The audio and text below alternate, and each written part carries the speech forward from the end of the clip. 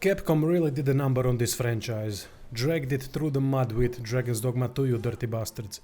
Most disappointing thing about this game is what an amazing product this could have been. Had many discussions in the comments with people that have played the game defending it in all sorts of ways. Unfortunately, publishers have succeeded in making gamers think and act for them, and not for the betterment of the games, that much is clear. Dragon's Dogma was never regarded as an amazing franchise because it objectively isn't. Very flawed and lacking to be considered that. After the first impression video where I compared my first 10 hours with Dark Arisen to my first 10 hours with Dragon's Dogma 2 and now with an updated opinion due to playing the game in its entirety, it is easy to see how Capcom did everything in their power to make Dragon's Dogma 2 as worse as possible. Far from it that Dragon's Dogma 2 is a bad game, I think it is a solid game, but a game that can't do almost a single thing great because of downsides to every single aspect that could have been done a lot better. Instead, it is going to continue to live too far away from its potential. In this video I'll assess the game in as objective manner as possible with special microtransactions talks before the final score. I'm not assessing your or my fun. That is entirely subjective. You can have insane fun with even some bad games and very little fun with brilliant games.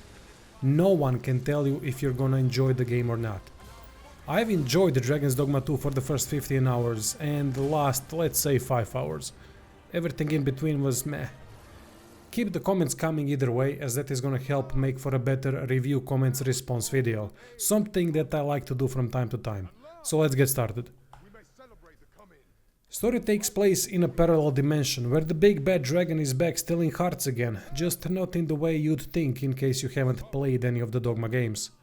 I fucking hate parallel dimensions. It is such lazy ass writing. When you don't know how to write a story for a sequel, then throw in parallel dimension and copy paste everything. Call it a story. Though to be fair, the story starts off better than the first game due to false Arisen taking place at the throne. But how can there be two? Interesting premise that does a good build up at the start but then dissipates quickly and doesn't build up on that story, which could have led to a much better RPG if they followed through on it and included story quests with choices like in CRPGs. Every decision in that case could have led to a different outcome in a battle for the throne. Took me a whole minute to come up with a better story version than what the game offers. Many things don't make much sense in this disjointed storytelling. Dragon is nowhere to be found. He speaks through other dragons or some shit, but never appears before the end. First interesting Game of Thrones vibe part of the story doesn't go anywhere, and then the big bad main antagonist dragon doesn't appear until the very end. Huh? It's all over the place, which is kinda the way of the game, so I guess it fits. However, I do like very much post-game stuff after true ending. Don't like that there is a time limit, but it's quite cool to see the change and act on it. It is the best experience of the game in my opinion, but a short one.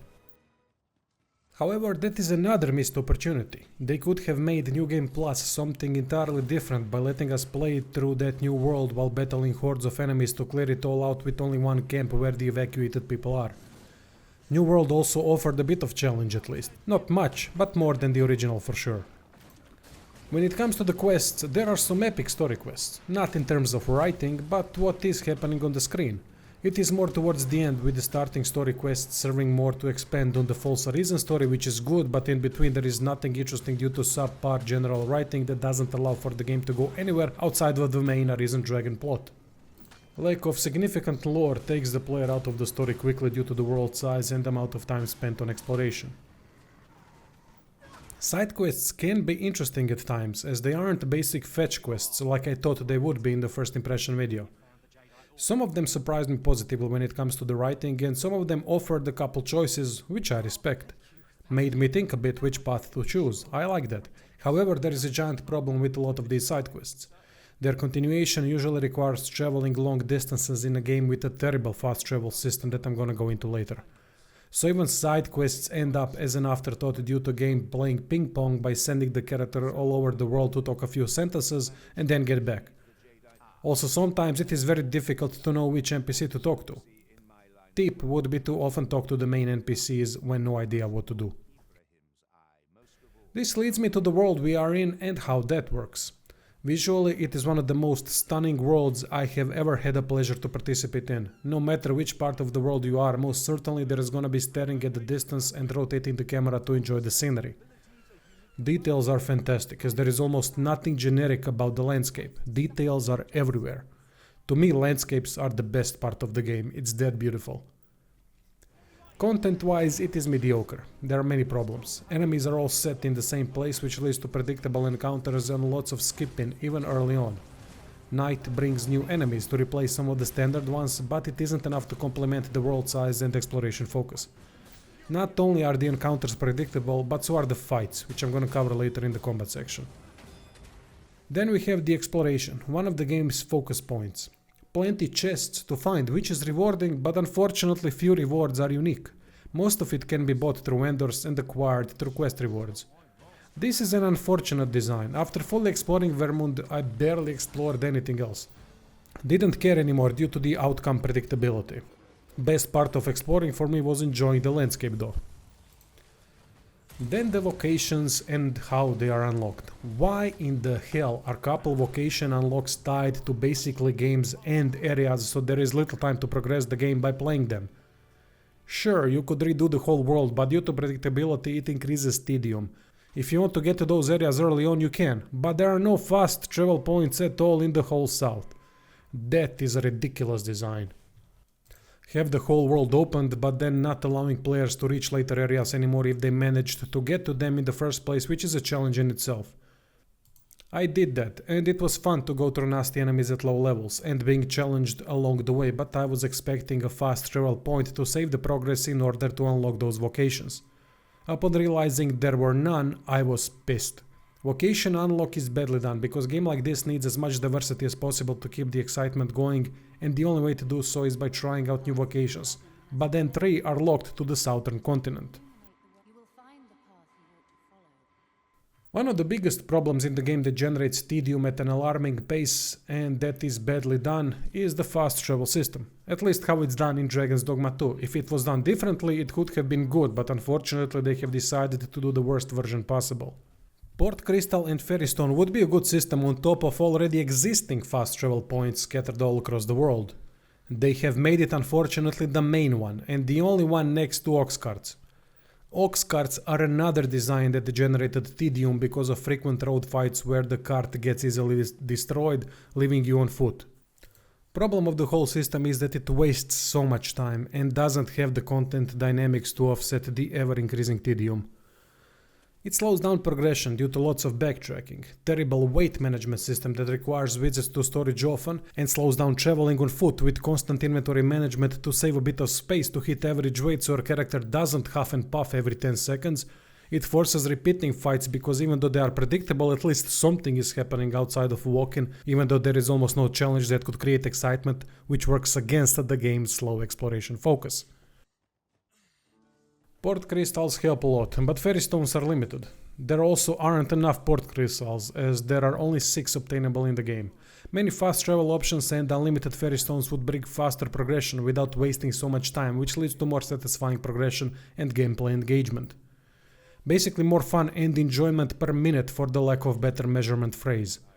This is especially true early on with few ferrystones and port crystals available.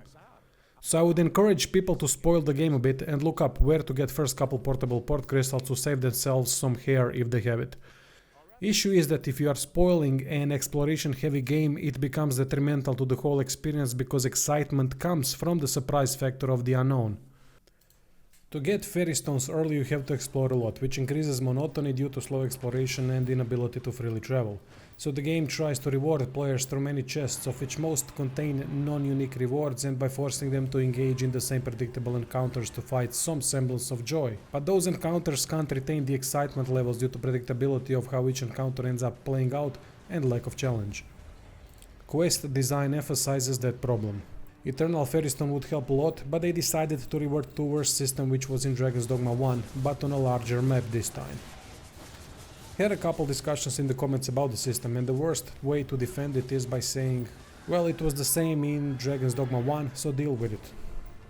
Just goes to show how gamers are today and why we are stuck with mediocre games instead of masterpieces, because they don't want to acknowledge how bad some of the things are in a game they like. Gamers have grown a huge ego that is tied to the purchases, where a lot of them don't want to admit they have purchased a game not worth their money. It's a defensive approach to not make themselves be wrong, because admitting that you're wrong seems to be the hardest thing to do in this narcissistic world we live in. Well, mediocrity called Dragon's Dogma 2 is here thanks to people being satisfied with products not being better, but staying the same or being worse in some aspects, just because they can't admit to themselves that the product that they like is nowhere near as good as they are trying to convince themselves it is. Doesn't mean you can't like or love the game. Far from it. Defending bad designs, however, is a surefire way for AAA industry to come up with mediocrities instead of masterpieces. My point is that this fast travel system is detrimental to the whole Dragon's Dogma 2 experience because the world itself doesn't offer enough to justify so much walking and time wasting. Easily fixable, but when you defend such things, company will make sure they stick with it. Oh, but be absolutely certain that Capcom is gonna fix the system in Dragon's Dogma 2 Dark Arisen or whatever that version might be called just to have some features to market in order to promote selling the same slightly modified game again. Alright, so let's talk about combat. It is definitely one of the better aspects of Dogma 2. I quite like it for what it wants to be, and that is simple and technical with a cool factor. For me, sword and shield style from the vocations I've tried offers still the most engaging experience. One of the best sword and shield takes I've seen in action RPGs yet. Very simple attack moves with focus on positioning. Well, every vocation needs to pay attention to movements and positioning, and I like that. Enemies have very little tracking, which is great as it offers more combat freedom.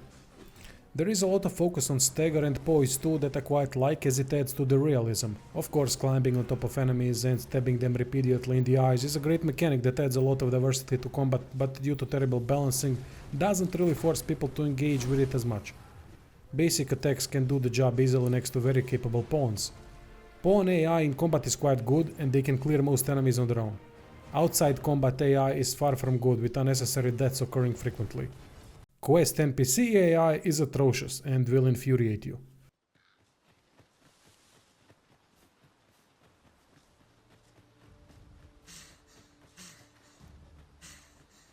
The thing I don't like is the stamina system. It just doesn't make sense the way it is implemented.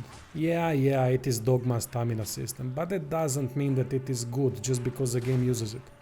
Whole I'll grab a fruit to restore my stamina during combat doesn't sit well with me when normal attacks do not consume stamina, but active abilities do. Where is the logic in that? Stamina regeneration is really slow too, but eat a fruit and it's fine. Eating things also doesn't have an animation, which goes against the more realistic combat portrayal.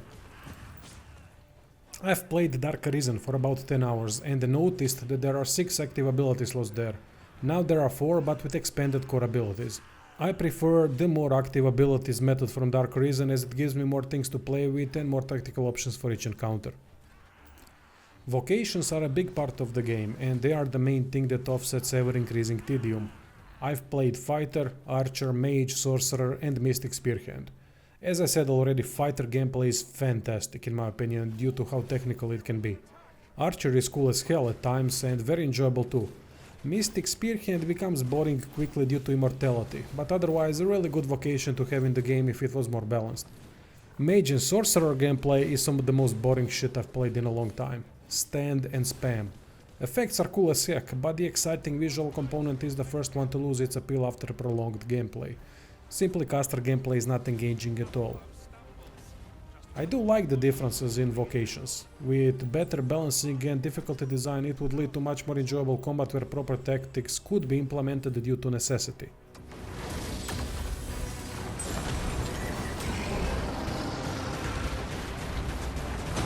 I will protect you.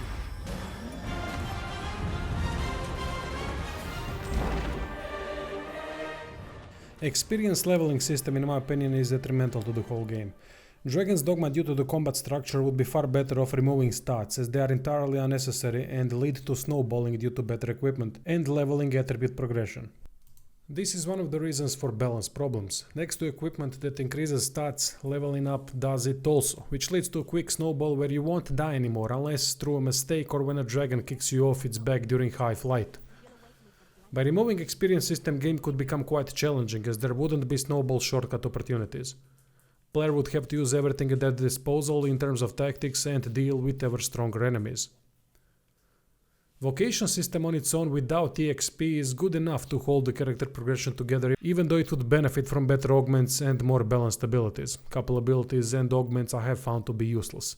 Who in the hell wants Lantern Oil Light to last longer compared to increased max stamina? Couple filler abilities and augments don't help.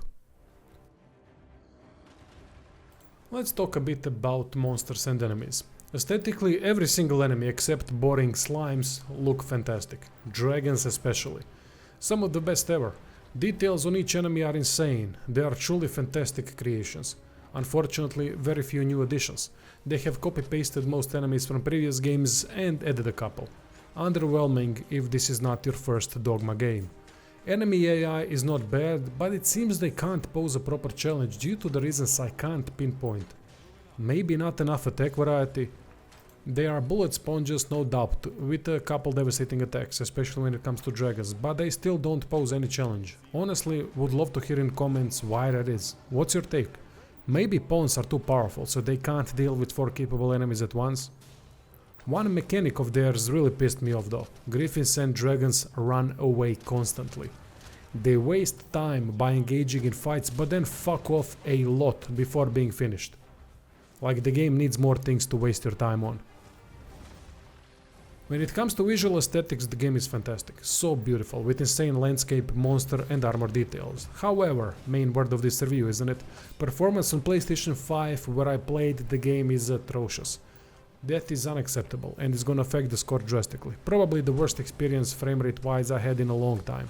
In an action-oriented game, it affects combat a lot. Framerate is all over the place even if you limit it to 30 frames per second. A fucking disgrace. Audio work is good with fantastic music copied from previous Dogma games. Sometimes the change in music comes too abruptly, which can take you by surprise, but overall I can't complain much. Voice acting is decent, but not good enough to praise. One thing I want to mention is the fantastic character creator, just phenomenal. Before the final score, time to talk about microtransactions. Are they important? No. Can they affect the experience? Yes. To what degree depends on how the game is played. I've already made a video proving how important it would be to me to have a port crystal after the 5-hour trek down south, but didn't have one and didn't know what to expect down there. But I was sure that there would be a fast travel point or two. Never underestimate Capcom to what degree they can fuck up the game, I guess. So at that point my only way to get a port crystal would be to buy it in the shop. Considering there are only 6 portable port crystals, one more is beneficial, especially early on. Doesn't matter that fairy stones are not as available early on, because having more teleportation points would cut down on time wasted every time fairy stone would be used, because of more possible places to spawn to shorten traveling time to the point of interest. Basically you'd get more effective use out of each fairy stone with more port crystals. That would help in battling ever-increasing monotony next to Eternal Fairy Stone. Rift Crystal Shop and Rift Crystals. RC Shop in-game doesn't offer anything of interest at this point except for way overpriced glasses in different variety and couple important things like changing pawn vocation that can be also done with items found in-game. In 100 hours I have collected around 13,000 RC, spent a bit of it, and now I don't have enough to buy the most expensive glasses in the shop that are basically 10,000 RC, which is ridiculous. So RC microtransaction system is there to help with the purchase of such items, so there is a function for it.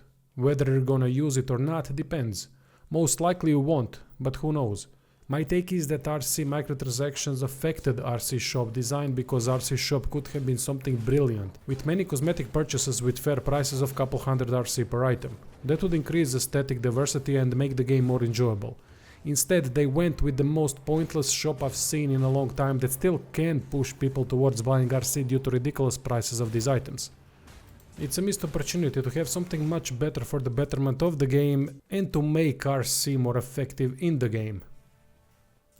We'll see what Capcom does in future with the shop. If they start filling it out with a lot of great and expensive stuff, then Rift Crystal microtransaction becomes a big problem. Another potential problem is the idiotic Dragon Plague mechanic. If you get a pawn with it, it can infect whole cities, killing off important NPCs that can be revived with Wake Stones. Guess what? There are 5 Wake Stones as microtransaction. There are plenty to find in the world, but that requires again a lot of traveling and playing as mage or sorcerer to have levitate to make things a lot easier. Dragon's Gaze item displays all the shards on the map, but that doesn't cut out the traveling part. Dragon Plague doesn't help the game at all. Not saying that Wakestone purchase is required, because it isn't. Far from it.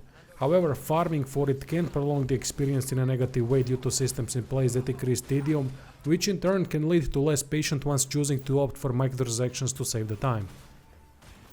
So have the game designs been affected by microtransactions? Hard to tell, but they sure as hell haven't done enough to make them obsolete and useless. Most microtransactions make the game more tolerable because they save time, but not by much.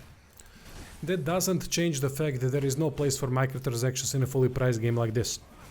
Anyone defending microtransactions can fuck off from gaming for the benefit of the industry, especially in an overpriced asset flip that Dragon's Dogma 2 is.